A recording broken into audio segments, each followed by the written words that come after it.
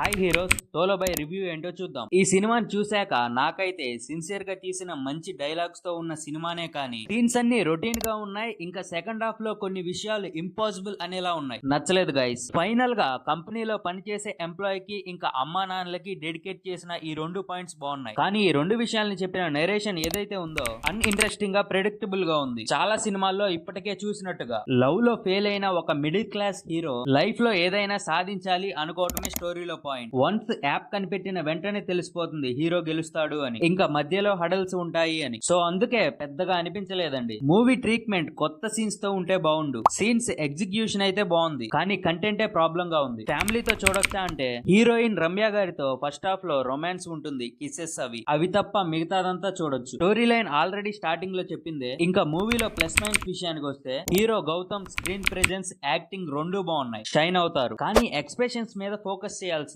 నా opinion. And cinema 13 years కి looks wise variation ఏమీ పెద్దగా కనిపించలేదు. బీటెక్ ఫైనల్ ఇయర్ లో ఎలా ఉంటాడో ఆఫ్టర్ సో మెనీ ఇయర్స్ అలానే ఉన్నారు. ఇంకా రమ్య పసుపులేటి గారు పర్లేదు, ఉన్నంత వరకు బానే చేశారు. ఇంకా ఫస్ట్ సాంగ్ బాగుంది. ఇంకా ఇంటర్వెల్ దగ్గర చివరి 50 మినిట్స్ జరిగే కొంచెం డ్రామా పర్లేదు. ఎండింగ్ వచ్చేసరికి హీరో చెప్పిన ఫ్లాష్ బ్యాక్ జర్నీయే కనిపించింది. సెకండ్ హాఫ్ లో సింగిల్ టేక్ సీన్ ఒకటి బాగుంది. బీజిఎం కొన్ని చోట్ల బాగుంది, కొన్ని చోట్ల సీరియల్ లా ఉంది. సినిమాటోగ్రఫీ బాగుంది ఈ సినిమాకి తగ్గట్టుగా. ఎస్పెషల్లీ హీరో కాలుస్తాడు ఆ అగ్గిపెట్టి, నెక్స్ట్ ఆ నిప్పు రవ్వల్లో హీరో యాడ్ అవటం, అమ్మా నాన్నని తనని గేటు మధ్యలో నుంచి చూపించడం, ఈ 2 సీన్స్ బాగున్నాయి. ఇంకా మైనస్ పాయింట్స్ ఏంటో చూద్దాం. మూవీలో డైరెక్షన్ బాగుంది, హీరో ప్రెజెంటేషన్ బాగుంది, కానీ ముందు చెప్పినట్టు ఈ రొటీన్ సీన్స్ అన్ని ముందు సినిమాల్లో చాలానే చూసాం. ఒకవేళ చూడకపోయినా ఒక సీన్ స్టార్ట్ అయిన తర్వాత ఏం జరగబోతుందో చెప్పేయవచ్చు. ఇంకా మూవీ స్టార్ట్ అవటమే కాలేజ్ లో సీనియర్ వచ్చి తన ఫ్లాష్ బ్యాక్ చెప్పడం మరీ రొటీన్ గా ఉంది. First breakup song, second breakup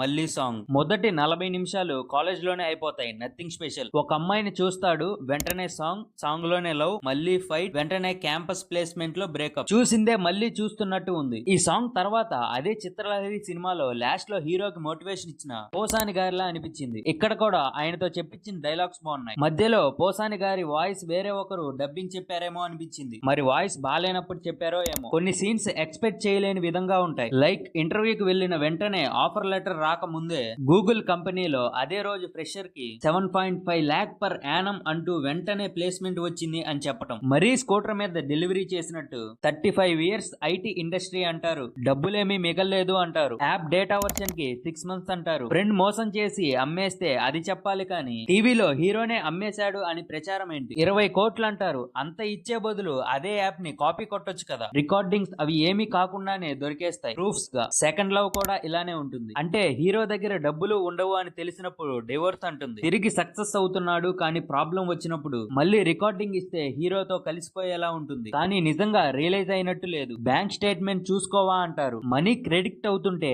elect messages రావా? ఇమిటేట్ గా అనిపించింది. ఒకనొక పాయింట్ లో హీరో థీమ్ అండ్ మోటో చూసి మహర్షి సినిమాని చూసి ఇన్స్పైర్ అయ్యారేమో అనిపించింది. సో ఫైనల్ గా మూవీ వర్డిక్ట్ ఏంటంటే హానెస్ట్ అటెంప్ట్ అండ్ ఎగ్జిక్యూషన్ కూడా బాగుంది. కానీ ఇదే ఎగ్జిక్యూషన్ ని ఫెమిలియర్ గా రొటీన్ సీన్స్ తో కాకుండా కొత్తగా రిఫ్రెషింగ్ సీన్స్ తోనో లేదా ఎంటర్టైన్మెంట్ గా వచ్చేలా తీసుంటే సినిమా ఎంగేజింగ్ గా ఉండేది. ప్రెజెంట్ ఆల్మోస్ట్ ప్రెడిక్టబుల్ గానే అనిపించింది. సో చూస్తాను అంటే ఒకసారి ట్రై చేయండి. దీనికి నేనిచ్చే రేటింగ్ 2.5/5. మీకు నా రివ్యూ నచ్చితే సబ్స్క్రైబ్ చేసుకోండి గైస్. ఇంకా అప్కమింగ్ రివ్యూస్ అన్ని నా ఛానల్లో వస్తాయి.